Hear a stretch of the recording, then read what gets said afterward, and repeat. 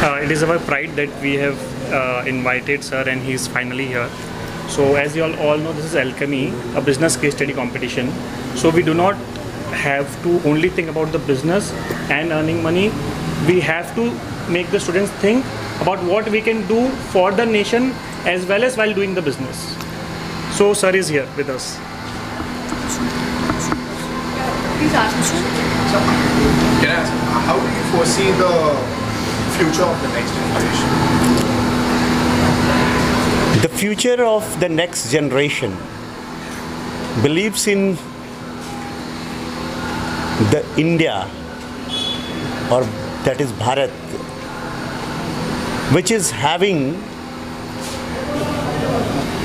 the contribution or survival and continuity of not only the 21 centuries but even before that.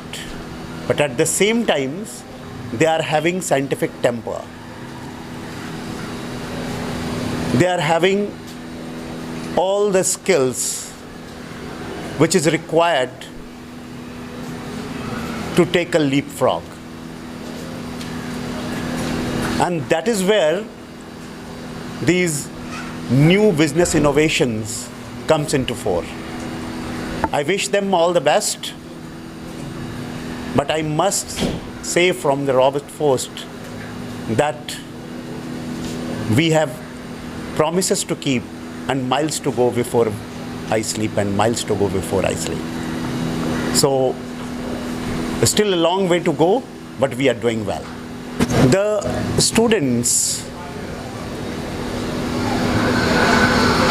actually require this sort of stage, this sort of forum where the industrialists, the finance groups, the universities,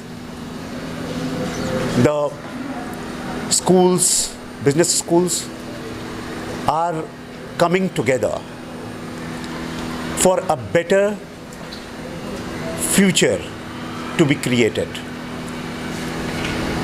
with a purpose to reach to the last man in the start of the society. Development means, or the business means, the circulation of money for the enhancement of the Human Development Index of all. So I believe that business without morals and ethics is a sin. They should go ahead with a leapfrog, but at the same time, they should take into consideration that what is correct for the society, for the last person of the society, what is good for the nation and the mankind. Thank you. So one question, this is Sunny from Mumbai. I just want to know your view on, as you are a very successful professional yourself, what's your business guru mantra for students who want to be successful in personal as well as professional life? The guru mantra for all is think positive, be positive, and always think for doing something new, innovative. Because doing whatever you are doing in a routine manner or routine fashion will not take you further. Thank you. My question is, what message you want to give to those students who want to become an IPS officer like you? So they must go through first the cardinal principles of civil services. That is subjectivity, objectivity, integrity, honesty, transparency, neutrality, commitments towards the constitution and serving the common people. If they are clear about it, that why they want to become a civil servant, an IS, an IPS, an IFS, and a custom and excise services officer, and an income tax officer, if they are quite clear about it, then they should go ahead with it. All the other qualities required will be inculcated, but this why should be clear, crystal clear. Collaborate to promote entrepreneurship in India? So, it is quite evident that if we only think that the government should do everything, then in that case, we fell in trap of bureaucracy, sometimes red tapeism, sometimes corruption, and many other hindrances or stumbling blocks. But if the private sectors, school, colleges, institution and educational institutions, etc., also participate in it, there would be more transparency, there would be more positivity and openness. At the same time, it would be expeditious because there would be pressures group from outside. Secondly, many a time government might not have enough money for that particular sector or that particular business.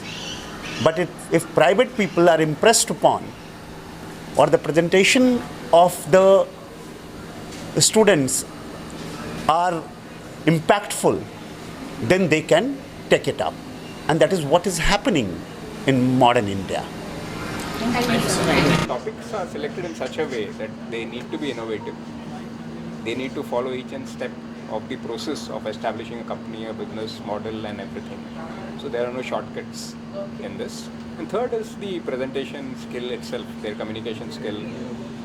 It's like they are addressing a set of investors sitting over here, and if they are not appealing, their idea is not appealing, or they are not covered all the financial aspects, it's going to be tough for them to get the funds.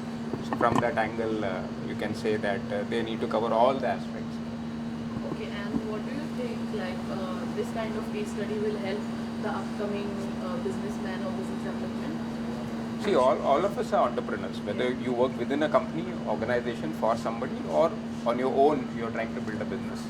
And with the startup culture in India, everybody biting the bullet in terms of new innovations and a lot of help from the government and funding agencies, virtual and otherwise. It's the right environment for all of them to get involved in such activities.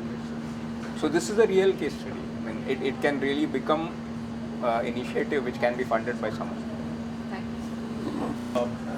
Just continuing from the startup piece, so students here, as Ganpati sir rightly said, about 30 years back when I graduated from an MBA school, like there are no startups, like 210 people went for a job.